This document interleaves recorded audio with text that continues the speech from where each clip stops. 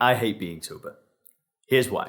Now, that title is a little bit misleading. I don't hate being sober. I love being sober. In fact, if there was one decision that I've made in my adult life that has had the biggest effect on building a business, on getting into a great relationship, on getting my health back to the next level, it was stopping drinking. That was the number one decision that I've made in my life. By far, that is the thing that has given me the most results out of everything. Because that was the one thing that was stopping me from getting what I really wanted. But there have been periods in my life where I hated being sober. And I want to talk about those times. I want to reflect on them with you guys because I think that actually looking at some of the downsides that I'd experienced in the past and how I've overcome them today, well, that's going to help you build that paradigm that I always talk about on the channel. Now, very quickly, guys, before I get into this video, if you want my personal help stopping drinking, if you want to join the Sober Clear program, go through that first principles mental model, get the coaching, get the community, get the support, then make sure to click the link in the description. There'll be a short video to watch and talks about how we work with people without going to AA meetings, without willpower, without rehab, and how we really help people get 100% control. After watching that video, you can book a call, then we can see if the Sober Clear program may be a good fit for you.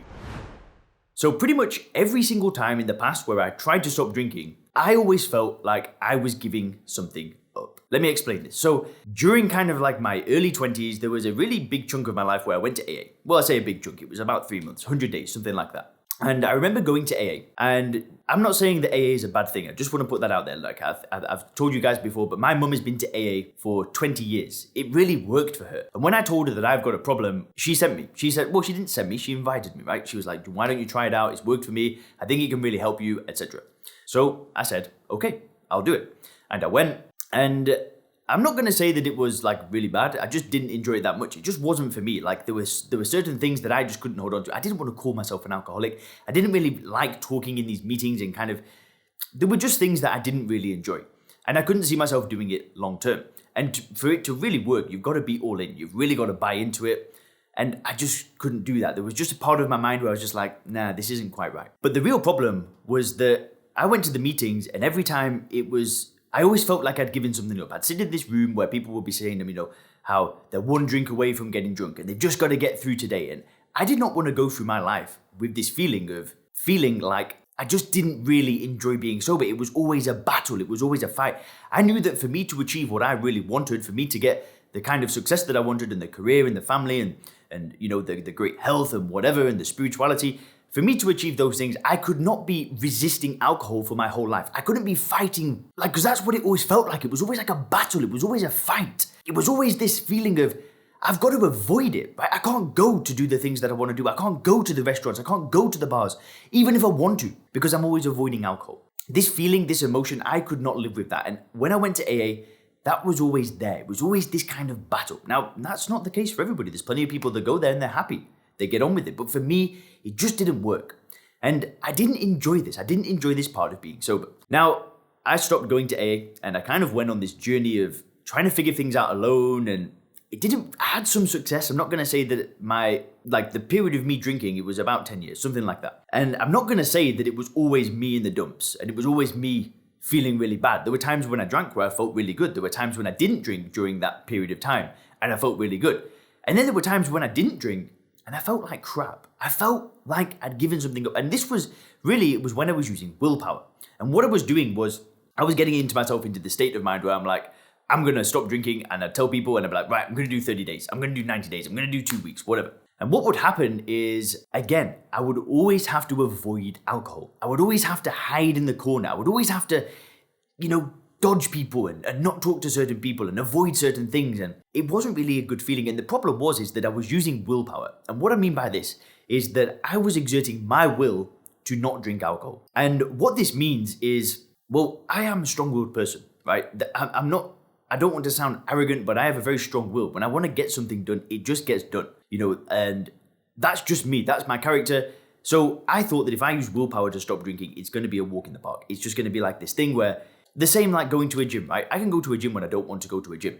I can make a video or I can talk to somebody when I don't really feel like it. I just get it done because it needs to get done. So when it came to alcohol, I needed to stop drinking. It's another thing that just needs to get done. It's another box that needs to get ticked.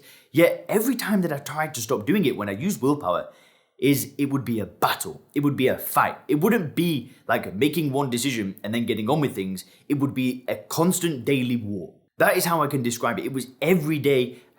It wasn't just like making one decision, right? So for example, making this YouTube video, I have to make one decision. I press record, I start talking, right? It's that simple. And then once it's done, it's done. But with alcohol, it wasn't like that. You know, sometimes I'd have to have this conversation with myself every 30 minutes. You'd be like, don't do it, don't do it, don't do it. Resist, resist, resist. And that was painful. That wasn't a good place to be in. I did not want to be in that place where it was always a battle, it was always a fight, it was always a war. What I wanted to do was I wanted to get into the state of mind where I'm like, right, I'm going to the gym today and that decision's been made. I wanted to be in that state of mind where I could just go, the decision has been made, I'm moving forward, I'm getting on with my life, it's done, I'm done, it's freaking done, I'm finished. That's where I wanted to be. I didn't want to have this war all the time. And the reason why is because I wanted to be able to just have this cutoff point where it was like, I'm all in, this is it. And then what I wanted to happen is I wanted to move towards a better quality of life. I wanted to get my health back on track.